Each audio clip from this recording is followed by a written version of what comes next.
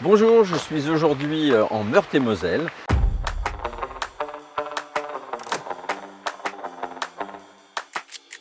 Et précisément donc dans la région Grand Est, dans la petite commune de Hotte, où je ne vous cache pas qu'aujourd'hui il ne fait pas si chaud que ça. Et je suis en compagnie de Jean-Michel Bresson. Bonjour Jean-Michel. Bonjour Jérôme. Tu es responsable de la surveillance pour l'agence de l'eau Rameuse et tu es venu avec une équipe apparemment. Qu'est-ce qu'ils sont en train de faire? Explique-moi. Alors c'est une des équipes qui travaille pour l'agence et qui est en train là, de faire un prélèvement d'eau. Ils vont réaliser une série d'échantillons qui vont être destinés à être analysés en laboratoire. Et que fait-on de ces données? Comment elles sont exploitées ensuite? Alors on va observer à peu près 1 millier de paramètres sur le cours d'eau. Ah ouais. Et ces analyses vont donner lieu à des résultats qui vont nous être renvoyés. On va les valider et ensuite ils vont être exploités. D'accord.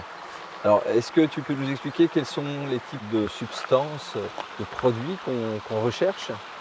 Alors, on recherche des substances sur des supports, ce qu'on appelle des supports. Le support, ça peut être l'eau, ça peut être les sédiments, donc la boue qu'il y a au fond de l'eau, et que les laboratoires savent assez bien analyser. Comme les nitrates, le glyphosate, toutes ces molécules qui ont fait la une de la presse. Bon, c'est des molécules qu'on sait mesurer et qu'on sait chercher. Ouais. On va faire quelquefois des analyses, ce qu'on appelle sur le biol, c'est-à-dire on va mesurer de la chair de poisson, voir ce qu'il y a comme polluant. Alors ça, c'est pour l'aspect chimique. Ouais. Mais on va aussi aller faire de la biologie, de l'hydrobiologie.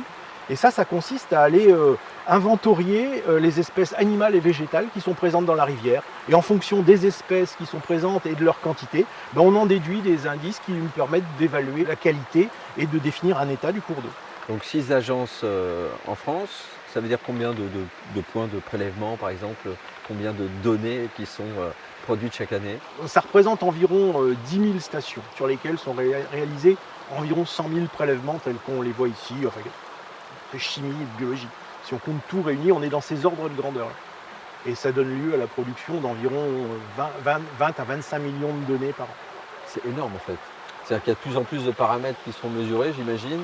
Les exigences ont beaucoup augmenté. On est parti dans les années 70 d'un suivi de quelques dizaines de paramètres. Actuellement, on est de l'ordre du millier de paramètres. Okay. Donc la production de données a bien sûr enflé d'une manière quasi exponentielle. Donc l'agence de l'eau finalement elle mesure et elle contrôle l'état de l'eau et ensuite elle réagit, elle fait des plans d'action pour pouvoir on va dire améliorer ou voire complètement éliminer les problèmes.